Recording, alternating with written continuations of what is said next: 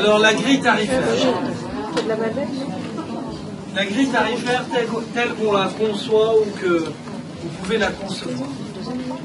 Nous, ce qui nous intéresse aujourd'hui en termes de pricing, c'est qu'après ces 10 années d'expérience en revenu management, on constate que dans 80% des cas, quand les hôteliers élaborent leur grille tarifaire, ils prennent des décisions de positionnement tarifaire, mais vous avez du mal à argumenter les positions tarifaires que vous prenez par rapport à des analyses qui sont derrière.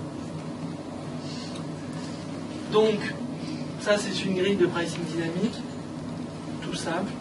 Il y a 3 catégories de chambres, standard, supérieur, de luxe. Il y a un bar maximum. Tout le monde sait ce que c'est le bar, à part les cocktails. C'est bon? C'est le best available rate, le meilleur tarif du jour. Donc on part d'un principe, c'est que les saisons n'existent plus. En tous les cas, vous avez un tarif maximum, qui est votre rack rate, tout le monde en a un.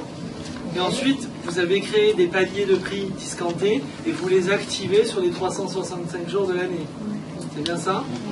D'accord. Vous travaillez avec combien de paliers de discount chacun d'entre vous? 3. Alors déjà pour commencer, le rack vous l'avez défini comment? Vous êtes basé sur quoi pour définir votre sur la concurrence. Sur là? Quand on a ouvert il y a 3 ans, on a regardé par rapport à la concurrence. Et qu'est-ce que vous avez regardé de la concurrence? On a regardé le quartier, le type d'hôtel. Et on a également regardé 5-6 hôtels qui n'étaient pas dans notre quartier mais qui correspondaient à notre type d'établissement. Et qu'est-ce que vous avez fait comme étude pour positionner vos tarifs affichés par catégorie? On a beaucoup passé de temps sur Internet en fait. Moi, j'ai pas tous les éléments que vous avez, mais j'ai essayé de me mettre dans la peau du consommateur. Mais c'est très bien. Donc on a commencé par regarder sur Internet, dans notre type d'hôtel, ce qui nous semblait similaire, aussi joli, même type de présentation. Les caractéristiques des chambres. Voilà. Donc vous avez fait quand même un peu de recherche pour essayer de positionner vos différentes catégories de chambres par rapport à la valeur que vous estimiez qu'elles représentaient aux yeux du client. Oui. Ça c'est très bien. Très souvent, ce qu'on a comme problème ici, c'est que l'idéal, et ça dépend du nombre de chambres que vous avez, des hôtels que vous avez, de leur positionnement et de leur emplacement. Mais concrètement, il faudrait que vous puissiez prendre le temps de faire un vrai benchmark. Alors ça a l'air d'être un terme un peu sophistiqué, mais concrètement, il faudrait vous asseoir, récolter toutes les caractéristiques physiques de chacune de vos chambres, de chacune de vos clés même peut-être. On va s'en tenir aux catégories de chambres.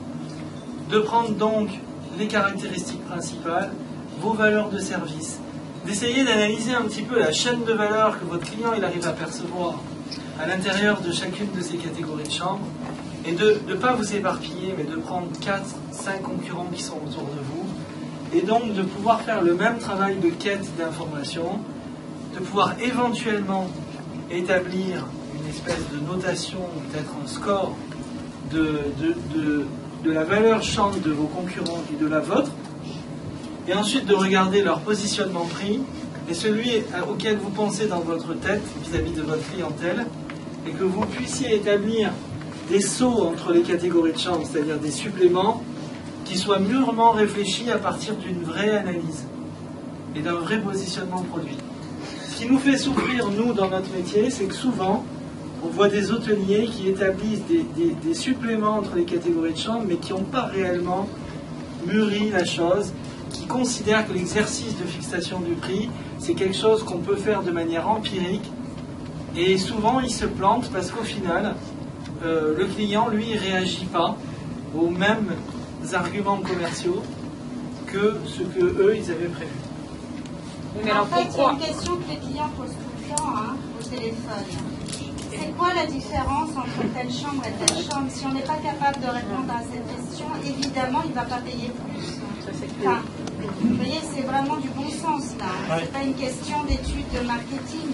Juste... Non, mais des fois, c'est plus utile que ça. Vous, c'est pas pour minimiser votre cas de figure, mais vous avez 16 chambres. Si vous en aviez 100 dans le centre de Paris, avec 6 catégories de chambres, et que vous devriez vous positionner parce que vous avez un service restauration qui produit de la valeur, vous avez un service, je ne sais pas, spa, qui produit de la valeur, il faudrait intégrer à l'intérieur de la perception du client que ce qu'apportent vos services périphériques sur chacune des catégories de chambres. Et donc à ce moment-là, ça rend les choses un peu plus compliquées quand même. Je ne dis pas que c'est forcément simple, ouais. Mais je dis que la démarche est la même. La démarche est la même, c'est juste qu'il y a plus d'éléments à prendre en compte. Plus le produit est gros, et plus on a d'éléments à prendre en compte. Mais d'un autre côté, ce que demande le client, c'est en général de la simplicité quand même. C'est-à-dire que ça peut être très compliqué pour nous d'évaluer le produit, de dire exactement ce qu'il comprend. Mais par contre, le client, lui, veut avoir quand même très vite, en gros, les 3 à 5 arguments par chambre qui vont faire qu'il va faire la vente. Il ne veut pas qu'on les fasse une liste comme ça. Tout à fait. Ça veut dire que dans les 3 arguments que vous avez trouvés, il faut être sûr qu'ils font mouche au regard de ce que font vos concurrents pour qu'en arbitrage, le client vienne chez vous instantanément. De même que sur la durée moyenne de séjour, vous ne pouvez pas faire n'importe quoi avec des contraintes de durée moyenne de séjour. Vous ne pouvez pas imposer à la demande, parce que vous avez décidé que vous aviez un pic sur un jour, de lui infliger de 2 jours minimum de durée de séjour. Si vous n'avez pas suffisamment d'arrivées sur le jour, vous êtes foutu. Ça marche pas. Vous allez vous retrouver avec des clients qui vont être refusés à une quantité beaucoup plus importante que ce que vous auriez gagné à essayer de lisser votre activité. Ce n'est pas vous qui décidez réellement, c'est l'identification de l'opportunité à travers l'analyse. Ce qu'on veut dire, c'est que c'est le client qui décide, il faut faire en sorte de lui coller le plus possible à travers le pricing. En plus, maintenant, on rentre dans une ère, déjà depuis un certain temps, de la manifestation des avis des clients sur le web, et ça s'accélère de plus en plus, ça va s'accélérer encore, avec ce qu'on va vous présenter après sur le marketing viral, avec la montée en puissance de Facebook. Donc, aujourd'hui, c'est une priorité que l'exercice de pricing il passe à travers les yeux du client. Si vous ne le faites pas, ça paraît être enfoncer une porte ouverte, ce que je dis là, mais si vous ne le faites pas, votre pricing, il ne vaut pas grand-chose. À part faire mumuse avec les prix. J'exagère de dire ça, mais c'est un peu vrai. Sur les règles de pricing, pour nous, il y en a 4. Il y en a à peu près une dizaine dans le monde du revenu management, mais il y en a 4 qui sont très très importantes. Donc c'est, quand on élabore une grille tarifaire, c'est respecter la règle d'étanchéité. Bon, c'est pas de la plomberie, hein. De dégressivité, lisibilité et flexibilité.